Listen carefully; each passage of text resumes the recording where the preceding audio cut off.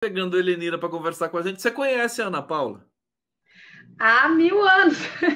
A gente fez movimento estudantil universitário em 1993.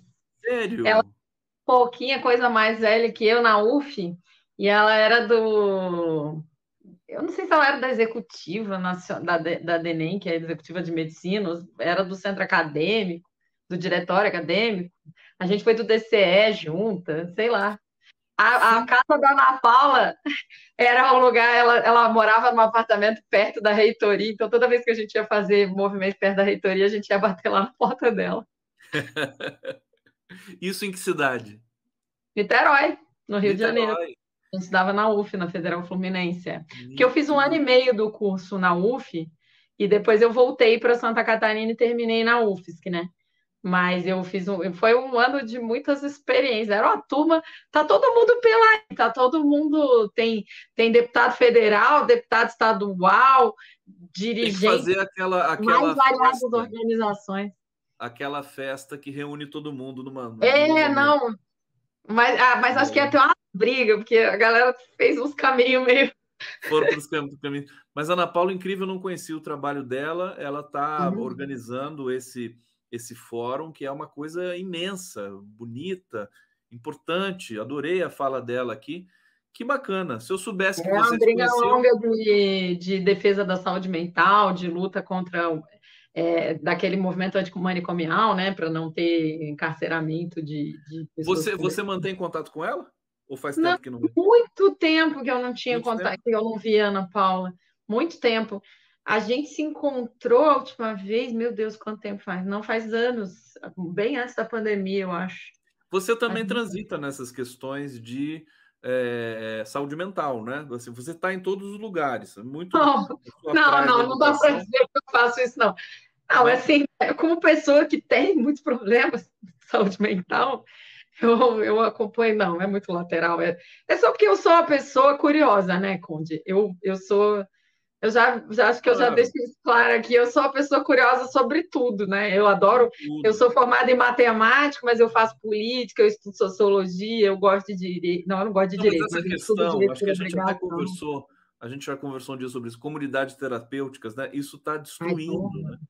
É um horror, né? E tem muita gente, eu conversei, o Paulo Amarante me dizia o seguinte: tem pessoas que precisam daquilo, né? São pessoas pobres que às vezes têm um filho com problemas de saúde mental, não tem o que fazer, não sabe o que fazer, não tem assistência e coloca lá na comunidade terapêutica e, sobretudo, também para aqueles que têm filhos com dependência química. Helenira, Eu você quer vi falar? ontem um vídeo. Eu vi ontem um vídeo surpreendente para mim, pelo menos, da Tabata Amaral falando disso, que ela tinha descoberto que o pai dela, na verdade, era uma pessoa doente que não tinha tido assistência, porque, pelo que eu entendi que ela fala, ele era alcoolista e era viciado em drogas, e que isso é um tipo de doença, e que aí ele era taxado como sem vergonha, como preguiçoso, como, enfim, irresponsável. E ela falando, e aí que ele foi em várias comunidades terapêuticas e que não conseguia, que na verdade era falta todo mundo sabe que eu sou uma pessoa muito crítica às posições e à pessoa e à construção política da Tabata Amaral. Mas você vê que até, né, isso é uma coisa que transborda. E eu sou uma pessoa, eu perdi coisas muito sérias na minha vida por conta da forma como o mundo lida com saúde mental, né? Eu fui expulsa do doutorado porque a USP não reconhece que uma pessoa pode que depressão é uma doença de verdade. Eu tive vários diagnósticos, depressão, síndrome do pânico, burnout, um atrás do outro, uma confusão. Mas foi isso que me tirou do doutorado e eles simplesmente disseram que eu não tinha direito a trancar a matrícula do doutorado porque estando doente com um atestado médico comprovado e depois eu estou sendo processada pelo instituto porque eu me afastei com salário e não cheguei a concluir, mas eu não concluí porque eu fui impedida pela universidade. E aí é uma repunição assim que a gente sofre. E eu sempre digo que o mundo inteiro, ele na verdade a gente só reconhece que existe saúde mental quando a pessoa se suicida, que foi inclusive o caso do pai da Tabata Amaral. Se a pessoa ficar viva, é sempre frescura, é gente que não trabalhou o suficiente, é irresponsabilidade, é falta de vergonha. Eu sei que eu sou apontada como uma pessoa, essa aí, ó, vagabunda, se afastou, ficou fazendo política, eu nem fiquei, eu estava tentando fazer o doutorado, fiquei doente em São Paulo, não terminei a porcaria do doutorado, fui expulsa do doutorado por não, com um atestado médico, com a congregação que eles chamam, que é a, né, da pós-graduação, tendo reconhecido que eu tenho direito ao afastamento. Depois eu processei a universidade para tentar fazer, não consegui ganhar, porque o judiciário simplesmente foi super legalista, dizendo que tinha um regimento, que o meu doutorado era interinstitucional. E aí eu sempre penso, pode existir um regimento que diga que a pessoa é proibida de ficar doente? Eu não consigo compreender isso, né? E eu perdi essa ação e agora eu estou sendo processada pelo... Na verdade, eu estou processando o Instituto Federal porque eles me fizeram devolver e está escrito no edital que se você se afastar e não completar por motivo de força maior, que aí eu não sei qual dos dois é a força maior, se é eu ter ficado doente ou eu ter sido expulsa por ter ficado doente. Enfim, isso tá no meu lápis, eu até tenho que mexer no meu lápis para tirar isso, mas é um caos, assim. Aí outro dia eu falei pro meu advogado, tá na segunda instância, eu perdi na primeira instância, tudo isso está me custando no total R$150 mil, eu tenho desconto do meu salário há meses, há anos já, e eu, inclusive, tive que pagar sucumbência para o advogado da USP, que me processou contra o interesse da USP, porque para a USP era muito melhor que eu defendesse o doutorado, né? Para todo mundo era melhor que eu defendesse. Para todo mundo. E aí eu não consegui, processei para tentar fazer, perdi, paguei advogado, paguei a sucumbência. Agora eu estou processando o IFSC para não ter que devolver, porque está escrito que se for por motivo de força maior, você não precisa devolver, porque eu não escolhi não fazer. Eu queria, tudo que eu queria era ter terminado aquela porcaria.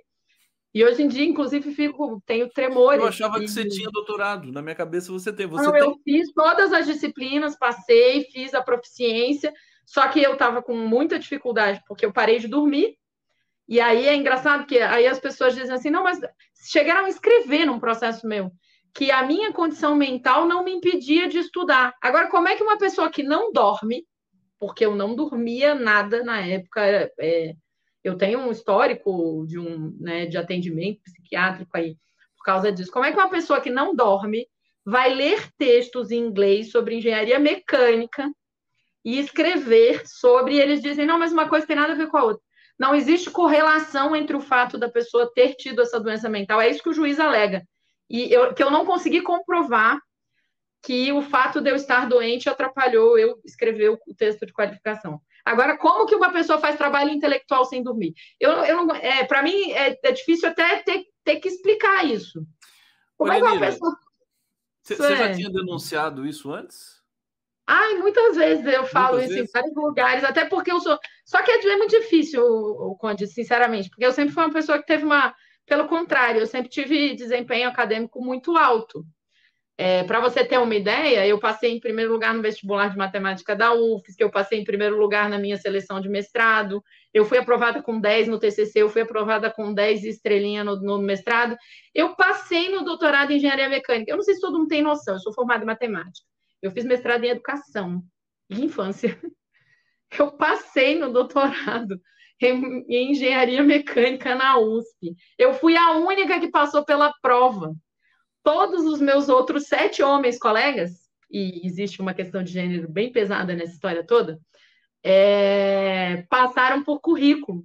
E alguns deles também não eram engenheiros. Um, por exemplo, era da computação, tinha um que era da física. E eles também não passaram por 30 pessoas fizeram a prova. Eu fui a única que passei na prova.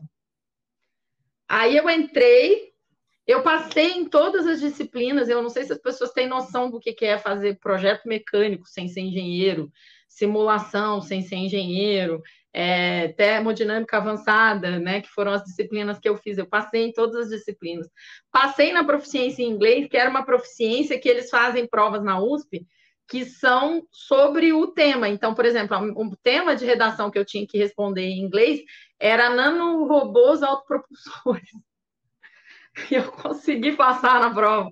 Só que eu estava doente, eu tive vários problemas. Meu pai morreu em 2012, eu entrei no doutorado em 2013, eu fiz as disciplinas ao longo do ano de 2013, e aí eu fui morar em São Paulo sozinha, sem os filhos, numa solitária que eu chamo, que era um cubículo menor do que esse quarto de hotel aqui, que eu ficava lá sozinha muito tempo, numa universidade que adoece, porque o prédio da engenharia mecânica da USP, os banheiros femininos são fechados.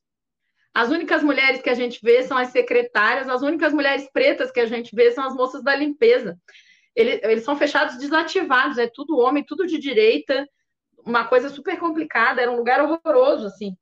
E eu ficava num laboratório que ele é super insalubre, assim, porque ele era um pedaço de um avião com umidade e umas mesas horrorosas, e era ali que eu tinha que trabalhar. Enfim. E aí, assim, então era muita opressão de gênero, com toda uma situação familiar horrorosa. Aí eu entrei num processo que a minha psicóloga disse, eu acho que você está num processo depressivo, porque eu parei de dormir. E aí eu fui num psiquiatra, não sei o quê, ele me deu o atestado, eu me afastei, voltei para casa para me cuidar.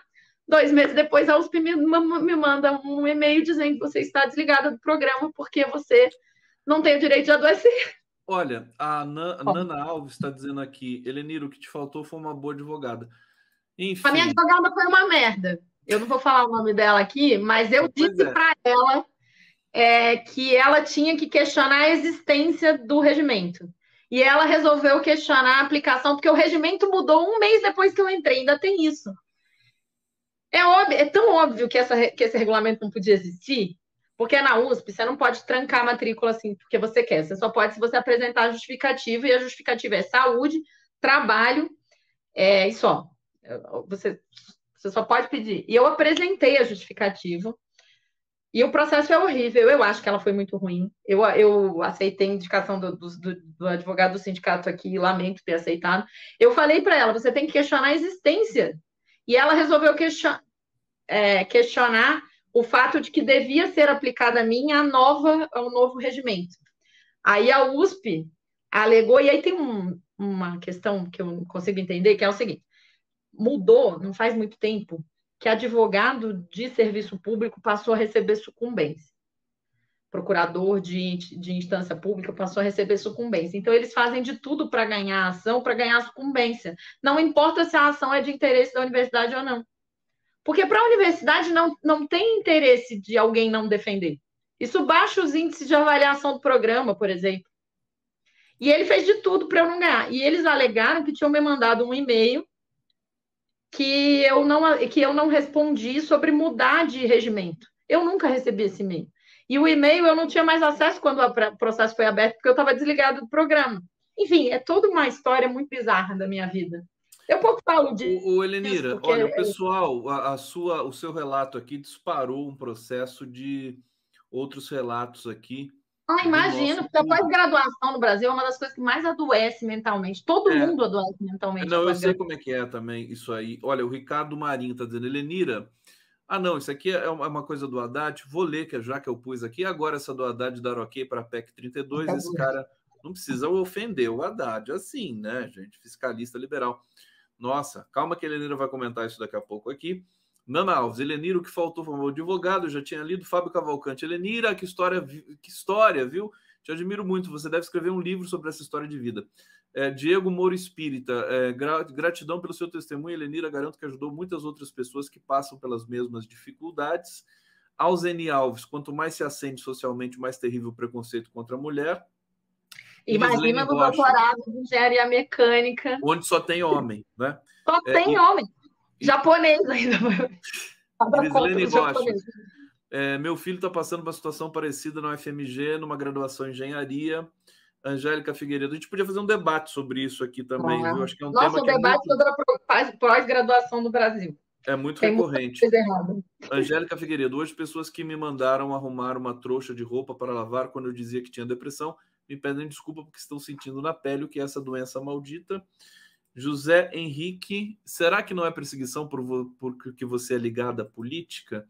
Eu já pensei muito nisso, mas eu nunca achei um laço, assim, porque era lá na USP, né, gente? Quem que me achou? Eu acho que o mais provável era esse desvirtualmente, e aí eu posso estar ganhando um outro processo agora por dizer isso, mas era essa coisa desse desvirtuamento do cara ganhar por ganhar a ação e não por defender o interesse da universidade. Mas, Helenira, você quer falar sobre a PEC 32 aí? pro Sim, nosso. precisamos. Isso é um assunto da semana. Só para É um deixar bem assunto. claro, o que o Haddad falou não foi exatamente que ele defende a PEC 32. Foi que ele deu aval para tocar uma reforma administrativa. A informação que a gente tem é que o governo vai fazer uma proposta de reforma administrativa que vai passar por projeto de lei. Isso minimiza um pouco o estrago, porque não tem como tirar a estabilidade por projeto de lei, porque a estabilidade é constitucional. Então, seria um projeto menos ruim do que o projeto original do Paulo Guedes. Então, vamos lá. Primeiro, o Lira quer o do Paulo Guedes, porque o Lira é um legítimo representante das pessoas que querem se locupletar com o Estado e que querem ter o direito de demitir servidor público que cumpre a lei, né? Porque a gente precisa lembrar que a estabilidade não é uma proteção do servidor, é uma proteção do povo. Por quê? Porque o servidor que está ali, ele só vai poder, e a 8.112, que é a lei do regime jurídico único, que rege o trabalho do servidor público, ela é uma lei que diz com todas as letras que eu tenho que respeitar e obedecer o meu chefe. Mas eu não posso obedecer o meu chefe se ele estiver me mandando desrespeitar a lei. E, pelo contrário, eu tenho obrigação legal de denunciar o meu chefe se ele estiver me mandando desrespeitar a lei. Os casos mais famosos recentemente são os casos do Bolsonaro, da vacina, da joia. Teve um servidor público que, porque ele tem estabilidade, ele tem capacidade para dizer: eu vou respeitar a lei e não obedecer o meu chefe que está mandando eu liberar joias, ou que está mandando eu mandar pagar aqui a compra de vacina superfaturada, enfim, e de qualidade questionável.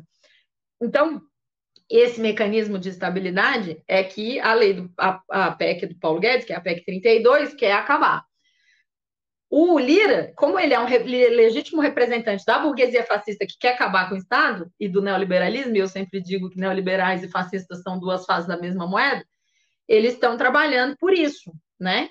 Por acabar com a estabilidade, por desmontar o Estado que atende o povo. Eles querem manter só o Estado que atua como braço defensor da burguesia, que é proprietária do Estado no capitalismo.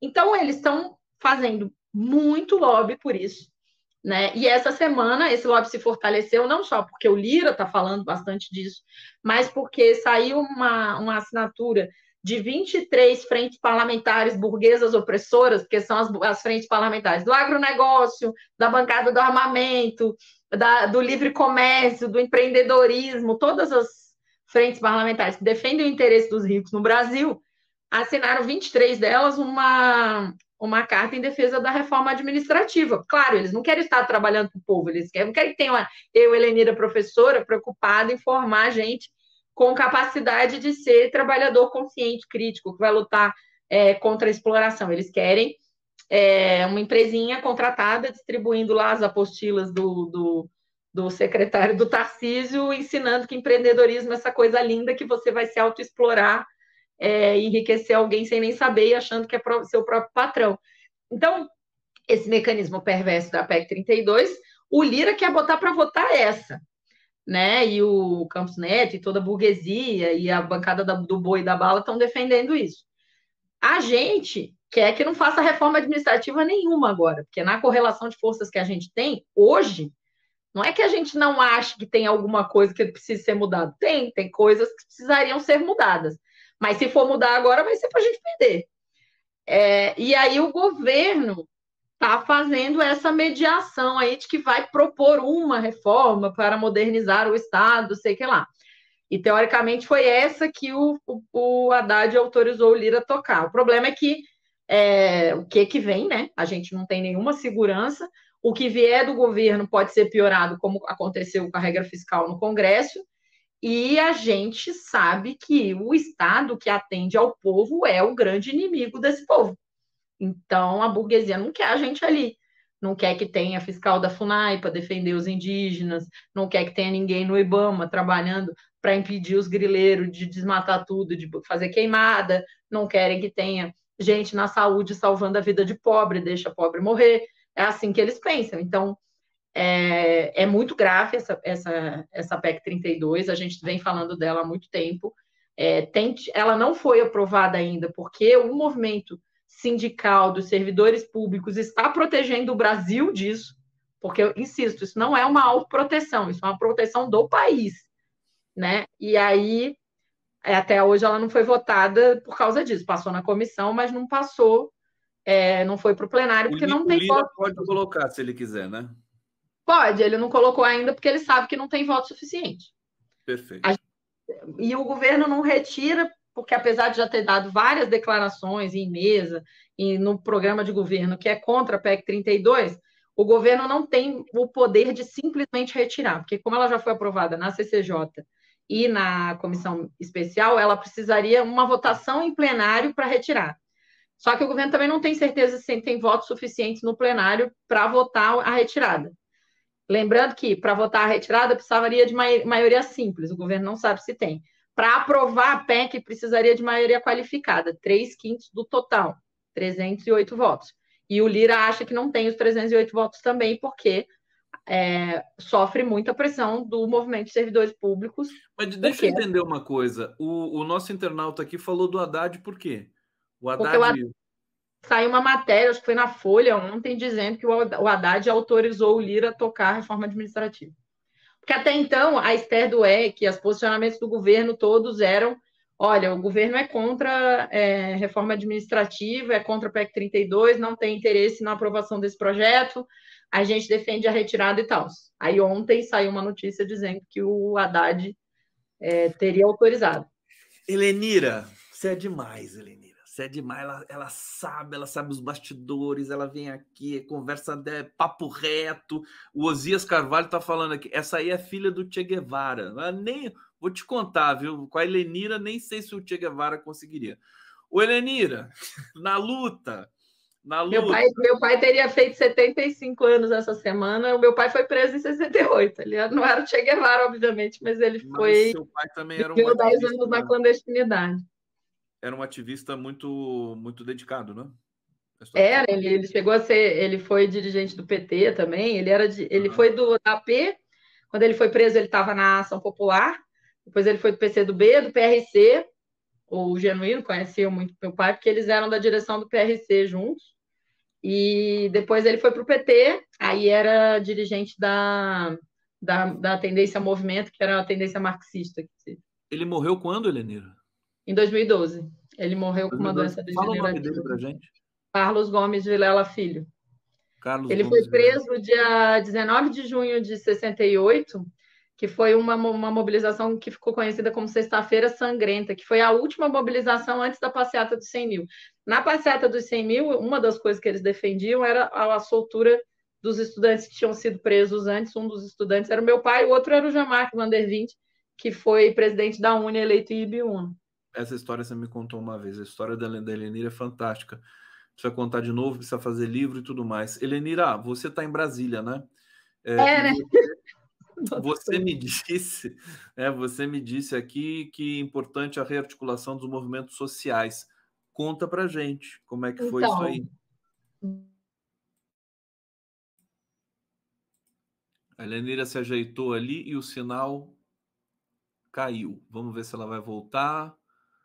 Atenção. Baita reunião que aconteceu ontem, tinha mais de 80 movimentos sociais. Eu travei por causa do telefone, que alguém me ligou aqui. Desculpa. Então, mais de 80 entidades de movimentos sociais, movimento negro, movimento antiproibicionista, movimento feminista, movimento LGBTQIAP+, movimento estudantil, movimento camponês, sindicalismo. Aí estava todo mundo, UNE, MST, vários sindicatos, várias centrais sindicais, muitos movimentos populares, movimento de população de rua, mais de 80 se reuniram. O que acontece? A gente tinha, até o ano passado, uma articulação desses movimentos que era a Frente Fora Bolsonaro, que reunia a Frente Povo Sem Medo, a Frente Brasil Popular e mais um monte de gente. Essa articulação, com a queda do Bolsonaro, ela se desfez. Mas o que a gente está reparando, e a iniciativa principal foi da Central de Movimentos Populares, do chamamento, a gente, que não foi, era super necessário, foi uma baita vitória tirar o Bolsonaro da presidência, mas não é suficiente. O fascismo continua, a retirada de direitos continua, os neoliberais continuam, a privatização continua, ainda tem muita pessoa com fome, a gente tem visto o fascismo com espaço no Congresso. Então, essa rearticulação é para recriar essa possibilidade de que existam movimentos, não cada um olhando para as suas questões, que é necessaríssimo, né? Mas um movimento olhando para o Brasil. Como é que a gente faz para enfrentar, porque a derrota do Bolsonaro, como a gente disse, foi muito necessária, mas não foi suficiente. O Congresso está aí, continua batalhando pelas pautas fascistas e neoliberais, o Banco Central, as privatizações estão acontecendo, a morte em massa que as polícias estão promovendo no Brasil. Então, a própria pressão sobre o governo, né? Então, essa reunião aconteceu ontem, foi uma articulação muito importante. A gente já tirou um primeiro calendário, ainda não tem um nome, né? Acho que essa é uma discussão que ainda vai ser feita, mas de que a gente fortaleça o grito dos excluídos e tem uma perspectiva de uma ação. A própria reforma administrativa está nessa lista de coisas aí que são ataques ao Brasil, né? Mas a gente tem uma articulação para fazer um grande ato no dia 3 de outubro, no Brasil inteiro, porque 3 de outubro é o aniversário da Petrobras, e aí um ato de defesa do Brasil, da soberania, das empresas públicas, né? Então, pela reestatização da Eletrobras, por parar a privatização da Petrobras e retomar a distribuidora e coisas, enfim, pela defesa dos direitos, enfrentamento ao fascismo. E aí tem outras deliberações. Eu não consegui ficar na reunião até o final, porque eu tinha uma outra reunião, que era um GT de enfrentamento ao assédio e à discriminação no serviço público, mas eu sei que é uma articulação fundamental, que todo mundo tem que acompanhar, as pessoas já têm que começar a se organizar, os comitês populares que foram organizados na campanha precisam abraçar essa pauta e essa frente, porque não adianta, não tem como enfrentar, por exemplo, os feminicídios, se você não enfrentar o armamento, não tem como enfrentar o armamento se você não enfrentar o fascismo, não tem como enfrentar o fascismo se você não enfrentar as privatizações. Isso tudo significa que a gente precisa de um movimento muito forte, né? E eu acho que essa rearticulação é bem promissora, então eu estou fazendo questão de falar dela o máximo possível. Acho que se a sua entidade ainda não se ligou, bota ela aí para funcionar e a gente poder realmente enfrentar as duas faces que atacam a soberania e os direitos do povo brasileiro, que são o fascismo e o neoliberalismo, né? Que está aí atuante, forte, que ganhou a maior parte dos governos do Estado, ganhou o parlamento e tem ainda muita mobilização popular. Elenir, eu estou vendo a direita muito numa situação complicada por causa do Bolsonaro, muito difícil, né? Esse depoimento coletivo de ontem, o silêncio do Bolsonaro e tudo mais. E eu acho que é uma oportunidade muito boa para a esquerda ocupar espaço, esmagar a direita. A esquerda está sem apetite, me parece. E eu só estou comentando isso porque você está falando aí de uma situação. Antes de passar para você, querida Helenira, na luta, deixa eu pegar aqui comentários que ficaram para trás do nosso Giro das 11. O Júnior Lage, essa aqui, segunda-feira, os genocidas se encontraram em BH, tem uma foto de uma senhora de verde e amarelo fazendo sinal de arminha para o fotógrafo, vou enviar para a Daiane. Então, beleza, Júnior, a gente está esperando. Fernando Baix, sou voluntário para coleta de sangue. Você viu esse negócio aqui que o Flávio Bolsonaro falou? Dia 7 de setembro é dia de doação de sangue. Você viu isso? Doação de sangue. É a senha, é o apito de cachorro, né? Aí o Fernando Baix, olha a maldade do Fernando Baix, né? Sou voluntário para coleta de sangue. Bom, esperamos que não haja sangue, né? Nesse dia, não, pelo menos não nas ruas. Ricardo Marinho, Helenira, e agora essa do Haddad, isso aqui eu já tinha lido, né? A PEC 32. Paulo Paiva, se não houver estabilidade, cada governante que entrar demite todos e contrata seus amigos. Nunca mais haverá denúncias de corrupção. Obrigado, Paulo Paiva. Eu ia te pedir, você quer comentar aqui os comentários que eu li? Você quer fazer um comentário? É isso mesmo. Deixa eu... Então vamos falar do marco temporal, porque nós tivemos ali a grata surpresa do Zanin votando contra o marco temporal. Como é que foi para você? Qual o detalhe, o destaque que você dá para esse tema? Eu acho que tem duas coisas, né? A primeira é que não é exatamente uma surpresa, é que ele recebeu uma bordoada de tudo quanto é lado pelos votos que ele deu, inclusive a Sônia Guajajara visitou ele e disse, coleguinha, né?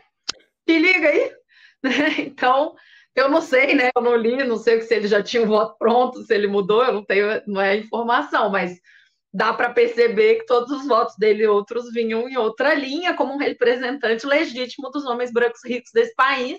Ele tem votado tudo contra o povo, e esse foi um voto que ele não deu exatamente contra o povo. Ele sofreu bastante pressão, mas tem o seguinte, né? O voto dele é ruim ainda, porque ele é contra o marco temporal, que é o mínimo que se espera de alguém indicado pelo governo Lula, depois de tudo que aconteceu com os povos indígenas durante o fascismo do governo Bolsonaro e o golpismo do governo Temer, mas ele ainda escolheu defender a pior forma de indenização que foi proposta, que é a da Lindo Alexandre de Moraes.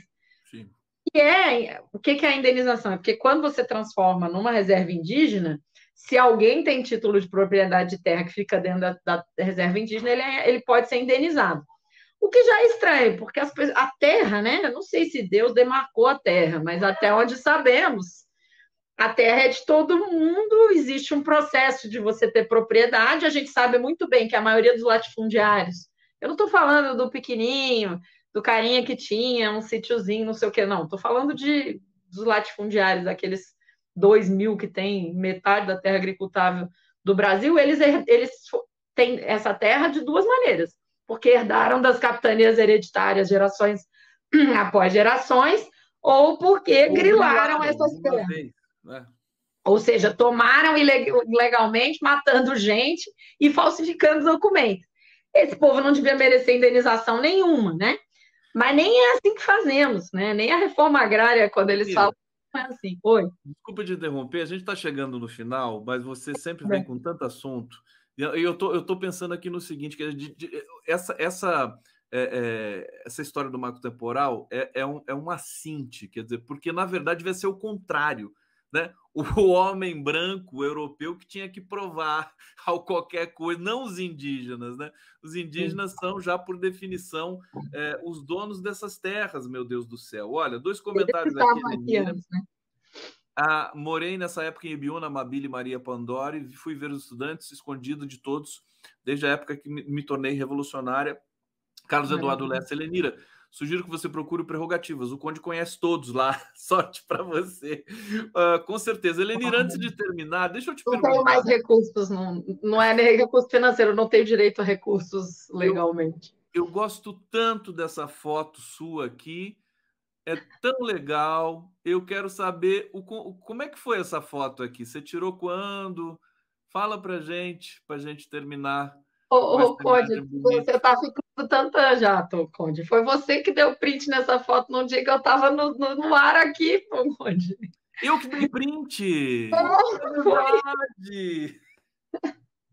Exatamente, porque você achou o máximo, eu de boininha. Eu te pergunto, é verdade, fui eu que fiz isso, meu Deus do céu. A gente até combinou que tava de toquinho os dois, porque eu tô cansado, viu? Preciso tirar férias. Eu já tô falando besteira ao vivo aqui, recorrentemente. Helenira, um beijo. Sextou. Beijo, você vai descansar? Sextou, né? Eu volto para casa de noite. Ainda tem mais 2 agendas aqui, além de fazer o relatório do plantão. Volto para casa de noite. Espero descansar um pouquinho. Amanhã, semana que vem, vai ser pauleira também, porque tem que fazer trabalho de base. Vou para o interior de Santa Catarina para Fortaleza. À noite. Volto para Florianópolis. E você vem aqui semana que vem? Você vai vir na terça, como a gente Não, terça eu vou para Chapecó, Xanxerê, São Lourenço do Oeste, no interior de Santa Catarina, no Velho Oeste catarinense. E aí volto para Chapecó e vou para Porto Alegre fazer trabalho de base. Você vai vir quando, então, semana que vem? Sexta, de novo? Não, para Brasília eu volto, acho que é dia 18, é daqui a 3 semanas. Se nada aparecer, mas tem aparecido, né? O governo anda animado. A gente alinha pelo Zap lá, viu, menina? Tá bom?